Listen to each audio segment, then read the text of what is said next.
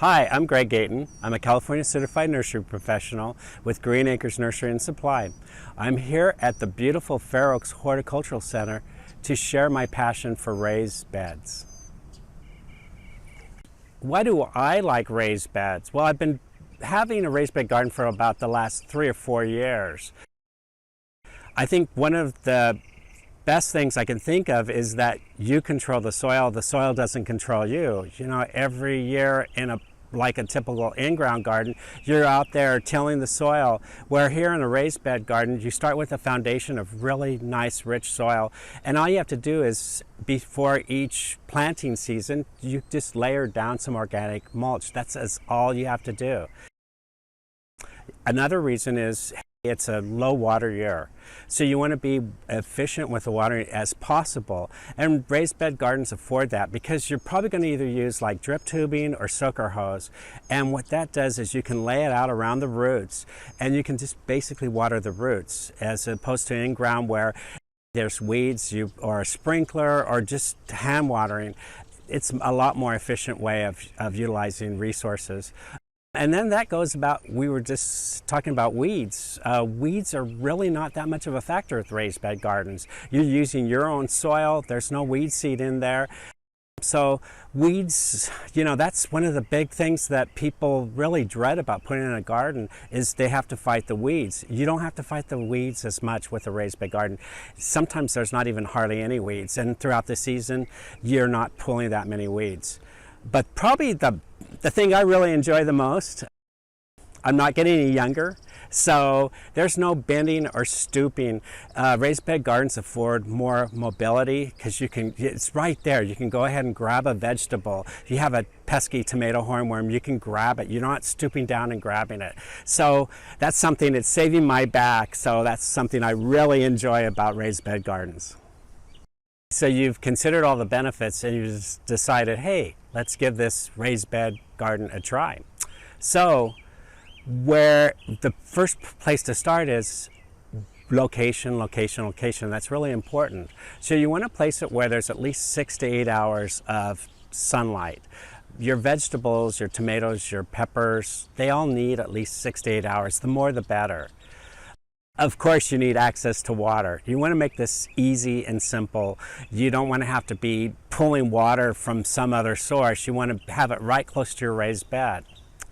And something I really think is really important is you want to have it in sight so you can see it daily, because you really should visit it daily to check to make sure the watering is correct, make sure that there's no pests, and harvest your vegetables in a timely manner. So, consider all those things when you're looking in your yard for a site to place your raised bed.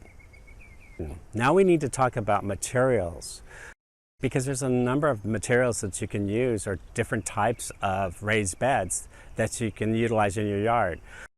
Probably the most common one we want to talk about is wood. Make sure you use a wood that's long lasting, like cedar or redwood. Don't use old treated wood or railroad ties. Bricks is another option. You can use like cinder blocks that'll give that minimalist look, or you can go with some really fancy block. The sky's the limit, whatever you want to do. Maybe you want to be really artistic and have a different cool brick design. And then one that a lot of people don't think about, but it's a viable option and it's easy, is those metal troughs that's used for livestock.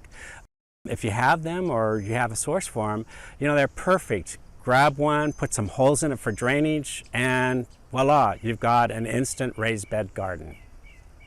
So you've decided what materials you're going to use for your raised bed. So what's the right size? If you're using wood or block, you want to make sure that the width is no wider than 4 feet.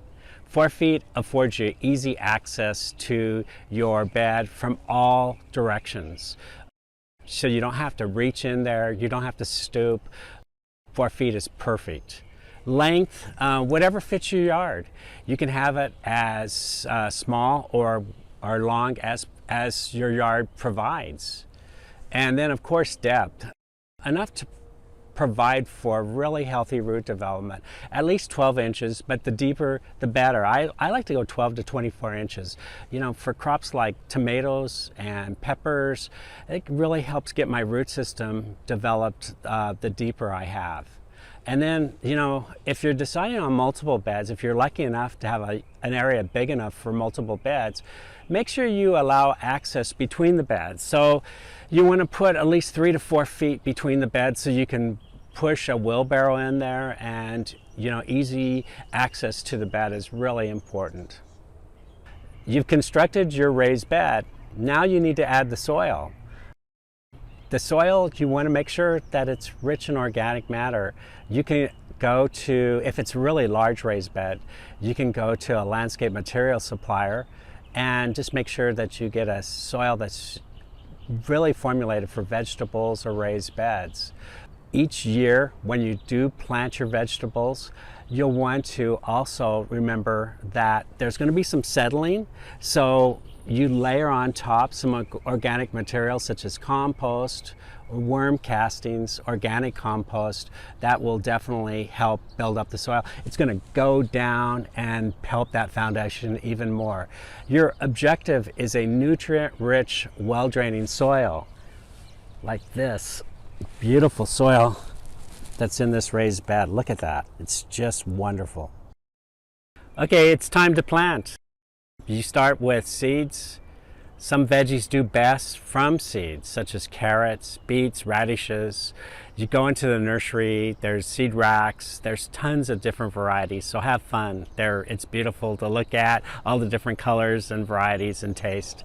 You can also go into the nursery, there's transplants that are available in the little 4-inch containers and sometimes 6-packs, and that gives you a head start on your raised bed. Okay, so if you're a new gardener or new to raised beds, choose only what you need to plant. Don't go crazy.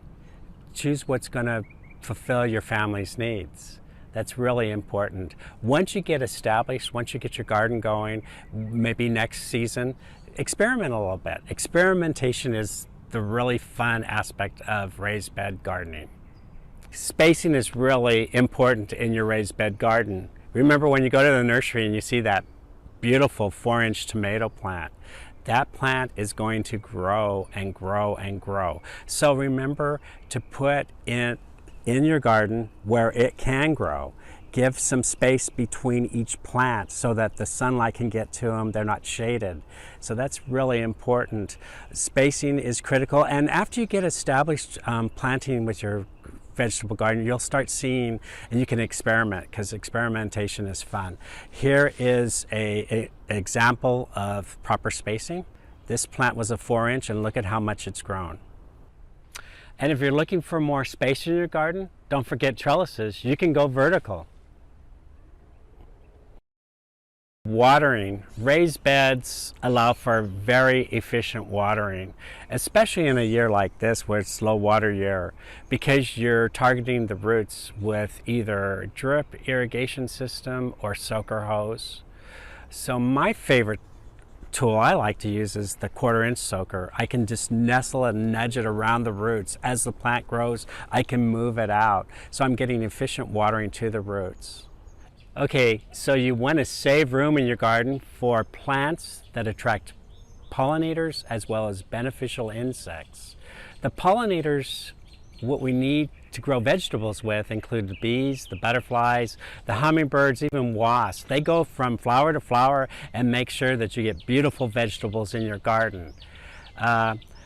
Most insects are beneficial, but you want to plant some flowers that bring in those beneficials, and they actually make for a beautiful habitat too. I mean, it's beautiful to see butterflies flying around your garden, but you want to have like lady beetles, parasitic wasps, green lacewings, praying mantis, soldier beetles. Those are all the good guys, and those guys will take care of those,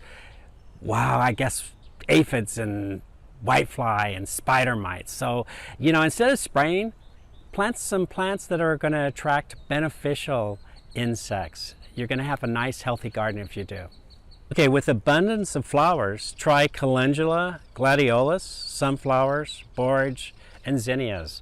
So with your raised bed garden, there's really no need to resort to pesticides. You want to embrace proven University of California integrated pest management practices to keep your plants healthy, relying on good cultural practices, the beneficials in the environment, and the limited, if necessary, use of pesticides. Okay, I hope you learned a lot from this video.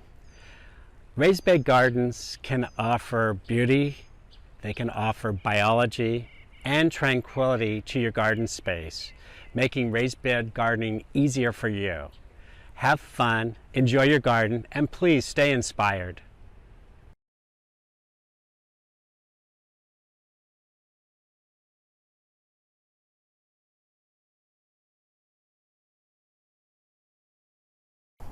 Thanks for joining us, Sacramento County Master Gardeners YouTube channel.